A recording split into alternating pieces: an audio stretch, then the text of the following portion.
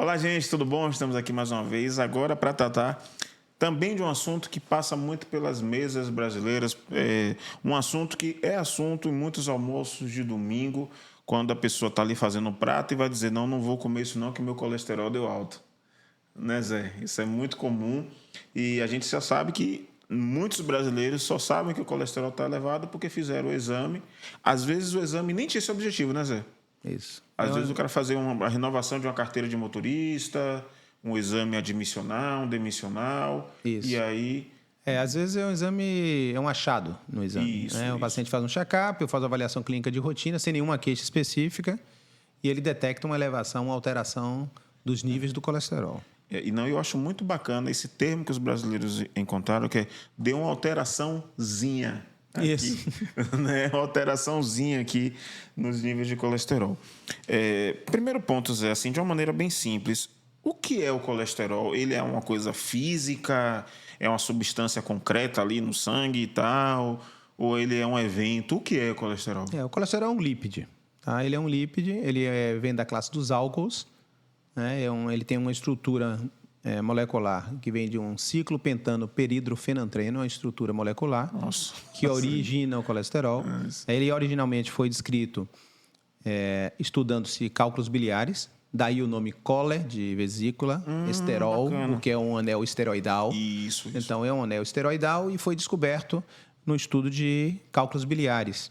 Então, o colesterol ele é uma substância extremamente importante. Biliares da mesma vesícula biliar que às vezes a pessoa tira. Isso, exatamente. Aquela vesícula fica do ladozinho do fígado que é responsável por concentrar a bile e eliminar a bile durante o processo de digestão, quando o bolo alimentar chega no duodeno. Então, aquela liberação da bile é importante porque ela vai ajudar no processo digestório, especialmente das gorduras. Certo. Então, o colesterol ele não é um acontecimento, ele é uma substância. É uma substância. Que está ali acontecendo. E é uma substância muito importante para o corpo da gente, porque do colesterol derivam uma série de substâncias e hormônios muito importantes. Como eu já falei aqui, a bile é muitíssimo rica em colesterol. As capas de todas as células, elas são riquíssimas em colesterol. O cérebro da gente tem uma concentração altíssima de colesterol. A vitamina D, que hoje nem é mais considerada uma vitamina, ela é um hormônio chamado hormônio D, porque tem uma série de funções importantíssimas no corpo, funções que desencadeiam processos metabólicos e hormonais importantes. A vitamina D, ela vem do colesterol. Então, o 7-hidrocolesterol na pele, com a incidência do sol, ele é convertido, passa no fígado, ele vira o 25-hidroxicolesterol, ele passa no fígado e vira o 25-hidroxivitamina D3, que é um precursor da vitamina D ativa, e aí chega no rim e ele é convertido em 1,25 vitamina D3, que é a forma ativa. Então, o colesterol origina a vitamina D. Do colesterol vem todos os hormônios esteroidais. Então, testosterona, estradiol, estriol, estrona, deidrotestosterona, deidroepiandrosterona. Você deriva também para aldosterona, cortisol, cortisona, progesterona. Todos esses hormônios são derivados do colesterol. Então, o colesterol ele é importantíssimo para uma série de funções.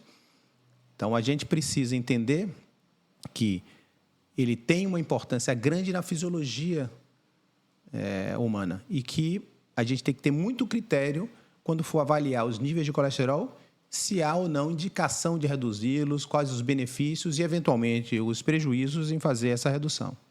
Exatamente, porque o brasileiro, ele internalizou o colesterol, ele é algo ruim. Alguns até podem ali saber, existe o colesterol bom, mas não se valoriza tanto o colesterol bom quanto o colesterol ruim, né? Então, eu acho que é justo na análise, né, a gente entender que ele tem uma função, mas quando ele está em números que são ruins, como tudo na vida, ele vai prejudicar a nossa saúde. Basicamente é isso? Perfeito. O que é que acontece? Existe uma simplificação que eu acho equivocada dessa questão. A questão é muito mais complexa que isso.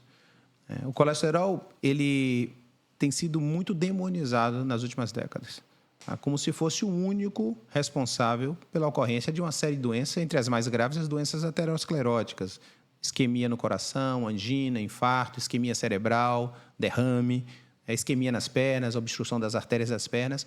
O colesterol desempenha um papel na aterogênese, que é a formação dessas placas de aterosclerose. Mas ele não é nem um fator mais importante, nem é o desencadeador do processo. O desencadeador do processo é o processo inflamatório subclínico, ou chamado inflamatório de baixo grau, ou inflamatório silencioso. Essas alterações, que a gente pode, inclusive, medir no sangue com os chamados marcadores de atividade inflamatória, elas são os fatores mais importantes para o desencadeamento de doenças crônico-degenerativas, entre elas a doença aterosclerótica. Então, o que é que acontece? Você acha que o colesterol é o grande responsável, mas, de fato, tem outros responsáveis que são escondidos ou não são ditos em relação a isso. E o benefício de você ter níveis adequados de colesterol é muito grande, porque desses níveis adequados você vai derivar todos esses outros hormônios e substâncias que são muito importantes para a nossa vida. Então, precisa ter muito critério quando você vai indicar um eventual tratamento. Você tem que saber, olha, de fato, esses níveis estão muito elevados, os pacientes aqui têm indicação de usar a medicação. Então, com relação, você comentou aí, e eu achei muito pertinente, o colesterol ele é composto de frações. As frações do colesterol têm aspectos positivos e negativos. Então, se convencionou dizer que o HDL colesterol é colesterol bom e o LDL colesterol é colesterol ruim. É uma meia-verdade. De fato, o HDL mais alto ele é benéfico, mas ele muito mais alto ele pode, inclusive, ser o chamado HDL disfuncional, que não tem uma função adequada. Então, ele não é nem sempre bom. E o LDL também nem sempre é ruim, porque existem frações relacionadas ao LDL colesterol que são inertes ou que não têm nenhum malefício, que são até benéficas. Então, essa consciência de que nem sempre o LDL é o ruim, o HDL é o bom e que você deve avaliar outros aspectos relacionados a outros fatores de risco, homocisteína, PCR, VHS, interleucinas, apolipoproteína A, apolipoproteína B, lipoproteína A, fibrinogênio. Então, tem uma série de marcadores de atividade inflamatória de risco cardiovascular que tem que ser avaliados junto com o colesterol para que você tome a decisão de tratar ou não e como tratar o colesterol. De maneira geral, você pode dividir os pacientes que têm colesterol elevado em dois grupos, dois grandes grupos. O paciente que tem colesterol elevado, mas não tem manifestação de doença, é aquele paciente que nunca infartou, não tem derrame, não tem hipertensão, é apenas o paciente com colesterol elevado isoladamente. Esse é o grupo de prevenção primária. É aquele paciente que o tratamento teria como objetivo evitar o primeiro episódio, o primeiro evento. Então, isso é o que se denomina prevenção primária. Já no segundo grupo, você tem pacientes que já tiveram evento, já têm doença diagnosticada e têm o colesterol elevado. Ou seja, já infartou, já teve angina, já fez revascularização, já botou stent, já teve um derrame, tem entupimento nas artérias renais ou das pernas. Então, ele já tem uma doença aterosclerótica diagnosticada e tem também colesterol elevado. Então, nesse grupo estão os pacientes de prevenção secundária, que você usa o tratamento para tentar evitar episódios posteriores, mas já teve um episódio ou um ou dois ou antes. Então, o tratamento desse grupo de prevenção secundária ele é geralmente mais agressivo e mais precoce.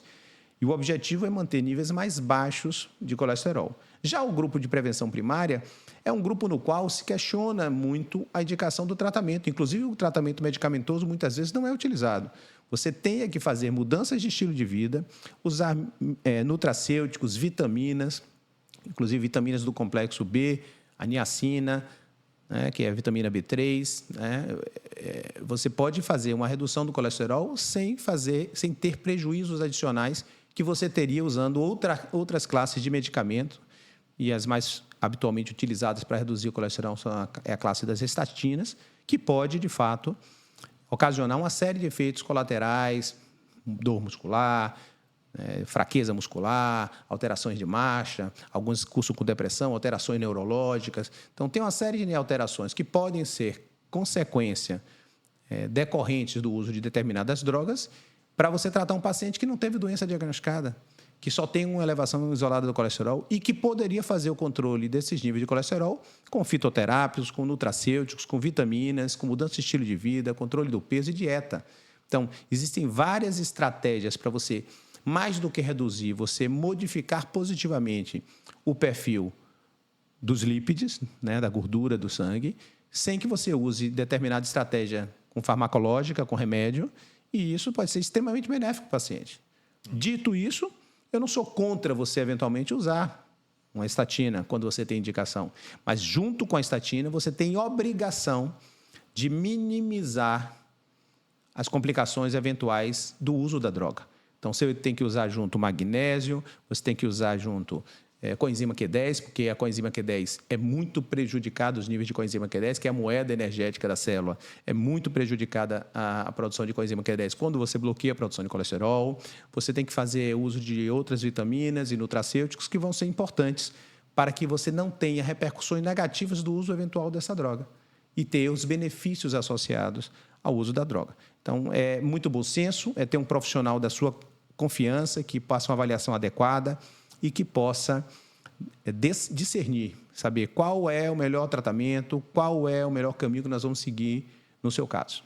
É isso. E quando você fala assim, você colocou com bastante ênfase esse aspecto mais relativo do colesterol, tipo, nem bom nem ruim, nem alto nem baixo, né? E isso, claro, deixa a análise mais complicada, né? E aí a gente chega nesse momento que você acabou de citar, de ser um profissional de confiança, sobretudo um profissional preparado.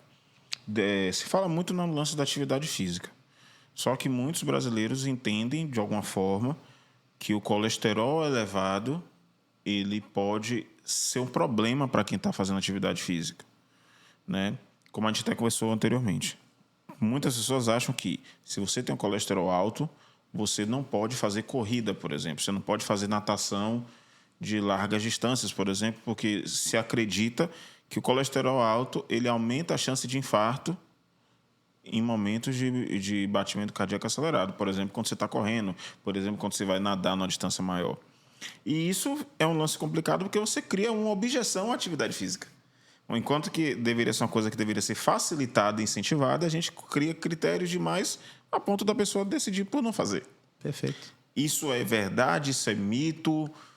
Isso é um mito. Isso é um mito absoluto. Ao contrário, a pessoa que tem alteração do colesterol deveria e deve, como todo mundo, fazer atividade física regular. E isso não é nenhuma contraindicação. Ao contrário, é uma indicação para que você faça. Então, o que a gente observa é que, muitas vezes, a pessoa precisa, antes de começar a fazer atividade física, uma avaliação com um cardiologista, especialmente se ela já estiver ali acima dos 40, 45 anos, você deve fazer regularmente uma avaliação com o clínico, com o cardiologista, para que ele libere com segurança para fazer atividade física, você não tenha nenhuma complicação. Até porque você já tem uma alteração de colesterol e, eventualmente, você pode ter alguma doença associada. Então, o que nós temos que entender é o colesterol não é esse vilão. O colesterol está muito mais para o mocinho do que para o bandido. O colesterol ele participa do processo de formação das placas ateroscleróticas, mas ele não é o aspecto mais importante e nem é o desencadeador do processo, na maioria das vezes. Ele é um coadjuvante. E o tratamento do colesterol tem que ser analisado com muito critério, porque muitas vezes, para pacientes que não têm doença diagnosticada, o uso da terapêutica farmacológica pode ocasionar uma série de problemas, efeitos colaterais, efeitos adversos, sem que você tenha um grande benefício, que poderia ser atingido mais se você tivesse uma mudança de estilo de vida, com atividade física, qualidade do sono, tratamento do intestino, uso de nutracêuticos, vitaminas e outras estratégias que são muito bem indicadas nesses casos e que muitas vezes não são utilizadas.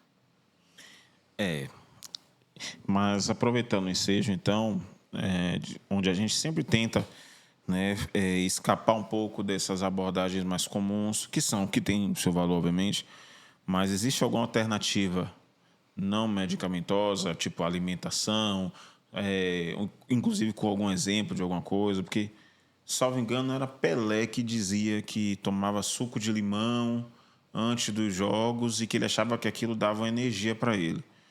Não estou aqui para dizer que o rei do futebol está mentindo. De repente, para ele achava que aquilo dava algum resultado e até dava. Mas parece que não tem nenhuma comprovação científica que ligue Lé com Cré, que diga o limão vai te dar um plus. Mas ele acreditava nisso. Temos algum elemento na alimentação que pode ser utilizado reduzir taxas ou para equilibrar taxas de colesterol? Temos alguma indicação nesse sentido? Existem vários suplementos e fitoterápicos que são indicados assim. O red rice, que é o arroz vermelho, pode ser indicado para reduzir.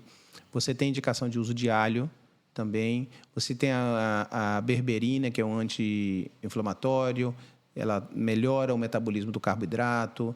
Você tem uma série de suplementos que podem ser utilizados, que fazem bloqueio dessa conversão e dessa atividade da enzima, né, que converte, né, que bloqueia, bloqueadores da hidroximetilglutaril com enzima A redutase, que é uma enzima grande, esse nome. Né? Grande não só na enzima, no nome também, né? Isso, e que ela faz a produção do colesterol. Você pode utilizar fitoterápicos e suplementos que fazem um bloqueio na atuação dessa enzima e, com isso, você tem uma redução do colesterol. Mas o mais importante é você ter a ideia de que você tendo essa consciência, a vitamina B3, o D3, a vitamina D3, niacina e seus vitâmeros, que são seus derivados, podem ser utilizados para redução dos níveis de colesterol e não estão associados a complicações relacionadas ao uso das estatinas, por exemplo. Então, tem uma série de estratégias que têm que ser avaliadas com o seu médico para que ele possa indicar a melhor estratégia para o seu caso específico. Isso. Eu já vi também, você tocou no ponto do alho, e eu acho tudo muito interessante, né? Que parece que na natureza tudo que faz bem para a saúde não é muito gostoso, né? Embora o alho seja uma coisa maravilhosa. Mas eu já vi gente falando que usa o alho para baixar a pressão. Baixa a pressão. Deixar um dente de alho na água, né? O alho é um excelente alimento. Ele tem efeitos antioxidantes, anti-inflamatórios, antipertensivos, entendeu? Ele funciona muito bem e agora o consumo de alho é em quantidades maiores do que habitual que a gente faz. Então, dia a dia, né? Em torno de 2 gramas de alho dia, que é uma quantidade razoável, entendeu? Então, junto com o alho, outra coisa que faz também, melhora muito o desempenho cardiovascular, diminui a incidência de arritmia, de pressão alta, é magnésio. A gente tem um solo muito pobre em magnésio. E a suplementação com magnésio, quando avaliada e indicada por um profissional capacitado, quando você não tem contraindicações para usar, porque eventualmente a pessoa pode ter alguma contraindicação, ela é extremamente benéfica para uma série de processos mentais, relacionados à parte cardiovascular. O magnésio melhora a qualidade do sono, estabiliza o humor, melhora a irritabilidade, ele é um antihipertensivo por natureza. Então, como a gente tem uma alimentação muito pobre em magnésio, o nosso solo ele é muito pobre em magnésio, depletado em magnésio, geralmente existe muito mais magnésio em terra vulcânica. Aqui a gente não tem história de ter vulcões em atividade no Brasil, nem recentemente, muito certamente no passado, mas a gente tem, por conta da exploração continuada da agricultura, sem a reposição adequada dos micronutrientes e minerais, na maioria das vezes, você tem alimentos que são muito pobres em magnésio. Então, a suplementação com magnésio também é muito boa, ela ajuda muito o coração, a pressão, diminui a arritmia, diminui processos relacionados à parte de irritabilidade neurológica, então melhora a qualidade do sono, diminui a irritabilidade e outras coisas mais. Exato. Só concluindo esse aspecto do alho, que o magnésio, o brasileiro conhece muito magnésio pelo leite de magnésio, né, que é utilizado ali para tratamento intestinal, não sei se a gente pode dizer bem isso. Se usava muito para a parte de distúrbios gástricos. Isso, era. Minha mãe usava muito com a gente também, botava um suco de laranja. Né? Acho que muitos brasileiros vão ter essa memória de alguma forma. E você tocou no ponto do alho, que eu vou falar também uma coisa que eu acho que vai fazer parte da história de alguns brasileiros, que é de ter um machucado, você se cortou e machucava ali um alho, né? Porque ele tem uma atividade antisséptica. Isso. O alho é antisséptico e alguns acham cicatrizante. Então, melhora, dificulta a possibilidade de infeccionar. Mas hoje você tem outras estratégias para limpar. Né? Exato. Mas eu tive isso na minha história. Acho que muita gente já deve ter passado por isso, né? De machucou o alho, botou assim, fez um curativo ali, mais ou menos, né? No local. Eu lembro de ter acontecido isso comigo, tá? Enfim, né? Mas eu também super concordo. Se você tiver outras coisas, eu opte por outros elementos que eu acho que você vai ter bem mais resultados. E aí a gente também tem, então, para estabilizar o colesterol, temos esses elementos que você citou. Você falou do alho, você falou do... Qual foi o outro elemento que você citou? Você citou alho, magnésio, o arroz vermelho, né? Tá. Infelizmente, o arroz vermelho, a oferta não é tão simples assim, né, para muita gente.